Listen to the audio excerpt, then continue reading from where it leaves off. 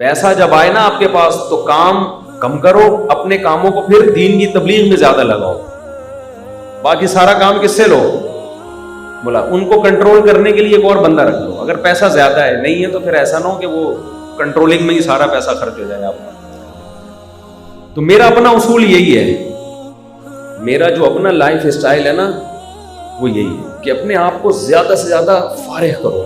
جو کام دوسرے سے لے سکتے ہو وہ خود بولو نہیں. میں جامعۃ الرشید میں تقریباً 22-23 سال ہو گئے فتوے کا کام بھی کر رہا ہوں نا.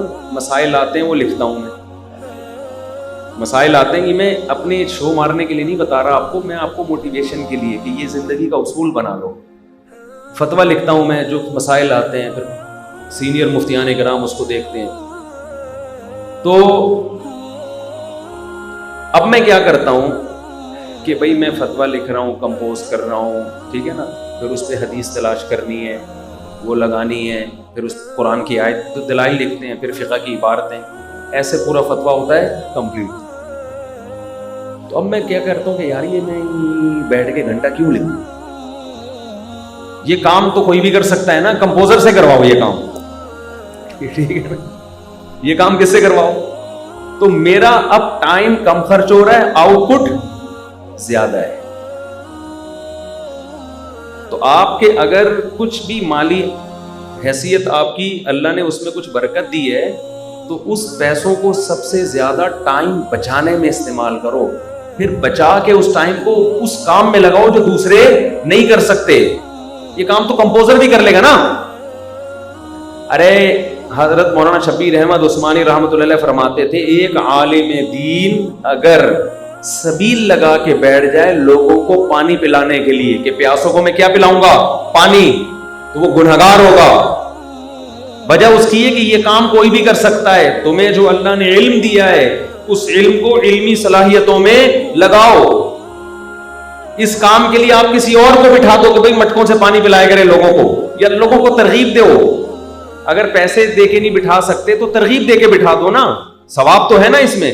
آپ کیا کرو، آپ جو کام دیکھو، ایک ڈاکٹر کے حق میں لوگوں کو یہ بات سمجھ میں آتی ہے، عالم کے حق میں سمجھ میں نہیں آتی. ایک ڈاکٹر کلینک بند کر کے اے او کلینک کا کوئی ہڈیوں کا اسپیشلسٹ ہو جس کا کام ہے ہڈی جوڑنا، اس سے بڑا ایکسپرٹ کوئی نہیں ہو، وہ کیا کرے؟ سبیلے لگا کے بیٹھ جائے. لوگ کہیں گے وہاں ہڈی ٹوٹے ہوئے لوگ پڑے ہوئے، بھائی یہ تو ان کو جا کے جوڑ دے، یہ پانی میں پلا دوں گا. کیونکہ میں جب بھی یہ بیان کرتا ہوں نا کہ عالم کا کام نہیں ہے سبیلوں سے پانی پلانا، تو لوگ کہتے ہیں ہاں دیکھو یہ مولوی لوگ خود گھنے بنے ہوئے ہیں، دوسروں کو کہتے ہیں پانی پلاؤ.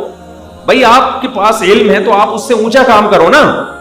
تو اسی طرح کاروباری لوگوں کو بھی میں کہتا ہوں تمہارے پاس اگر کوئی قابلیت ہے تو تم جو کام ملازمین سے لے سکتے ہو وہ خود کیوں پان کی دکان میں بیٹھے ہوئے ہو؟ سمجھ رہے ہو؟ لیکن کنجوسی، پیسہ کہیں بھی خرچ نہ ہو، یہ کنجوسی ہے.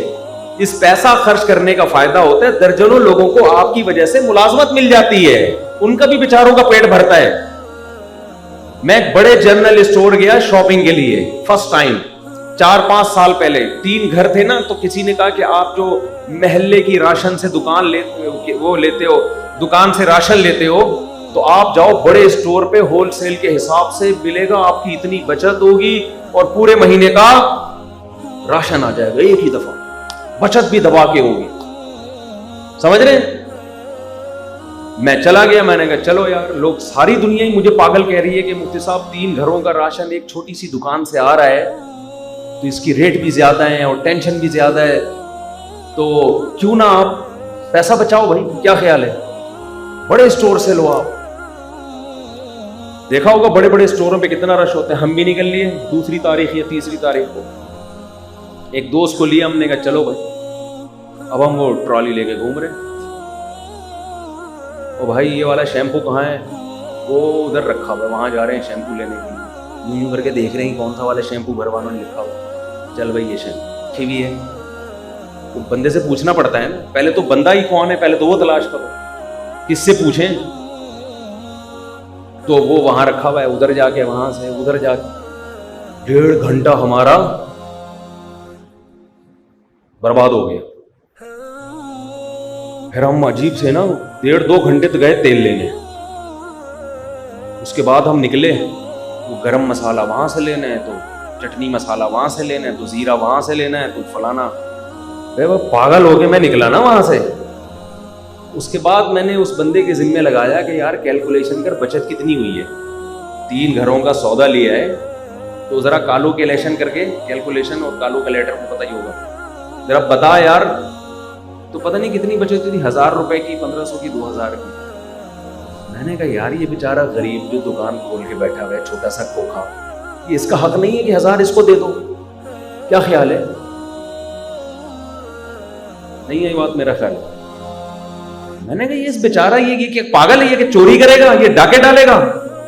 سارے ان بڑے بڑے اسٹوروں میں گھسیں گے, اور یہ جو بڑے بڑے اسٹورز ہوتے ہیں ان کی کون سی اپنی حق حلال کی کمائی ہوتی ہے باپ دادا سے؟ یہ تو بینکوں سے کروڑوں روپے قرضہ لے کے سود پہ انہوں نے بڑے بڑے اسٹور کھولے ہوئے ہوتے ہیں.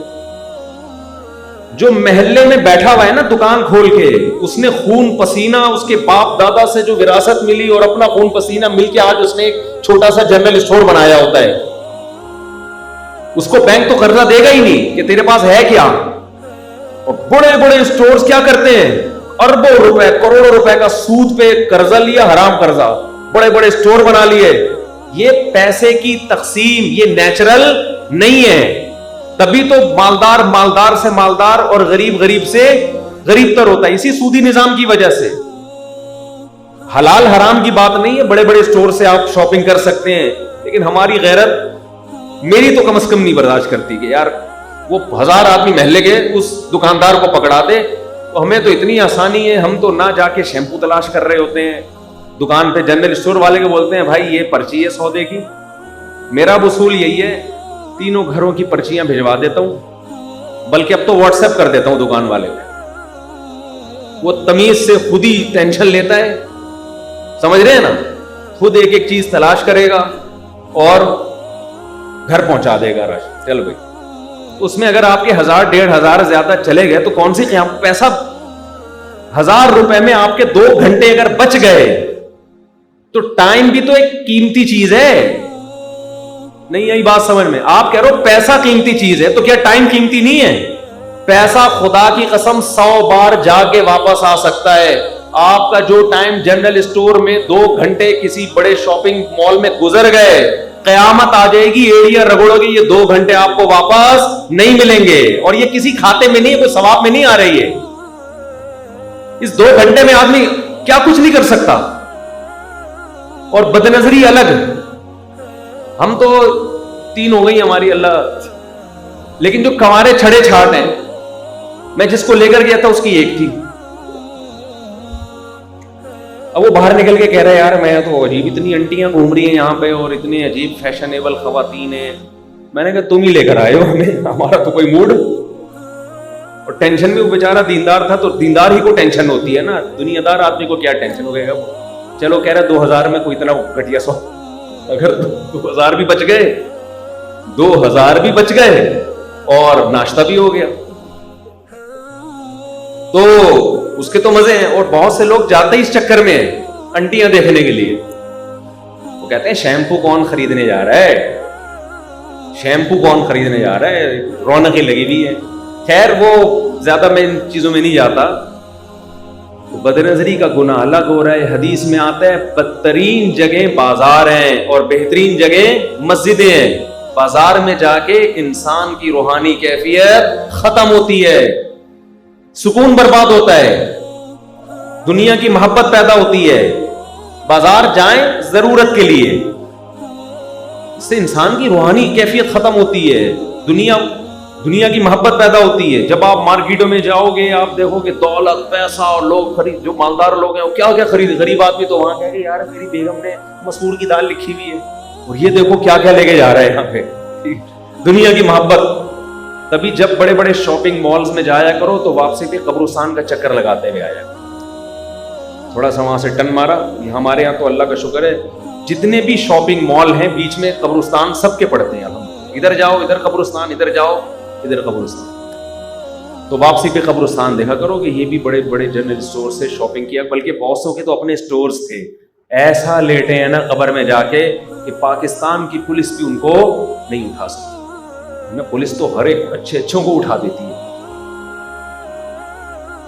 تو میں کوئی فتویٰ نہیں دے رہا کہ آپ جنرل اسٹور بڑے بڑے اسٹور سے شاپنگ کو حرام نہیں کہہ رہا, جائز ہے, کوئی گناہ نہیں ہے. اگر آپ 1000 روپے بچا لو مجھے کوئی تکلیف نہیں ہے, لیکن میں مشورہ یہ دے رہا ہوں کہ ٹائم بچانے کو زیادہ فوکس کرو. ہمارے شیخ حضرت مفتی رشید احمد صاحب رحمہ اللہ کے پاس ایک جھگڑا آیا 2 آدمیوں کا, کچھ چند ہزار کا جھگڑا تھا نا.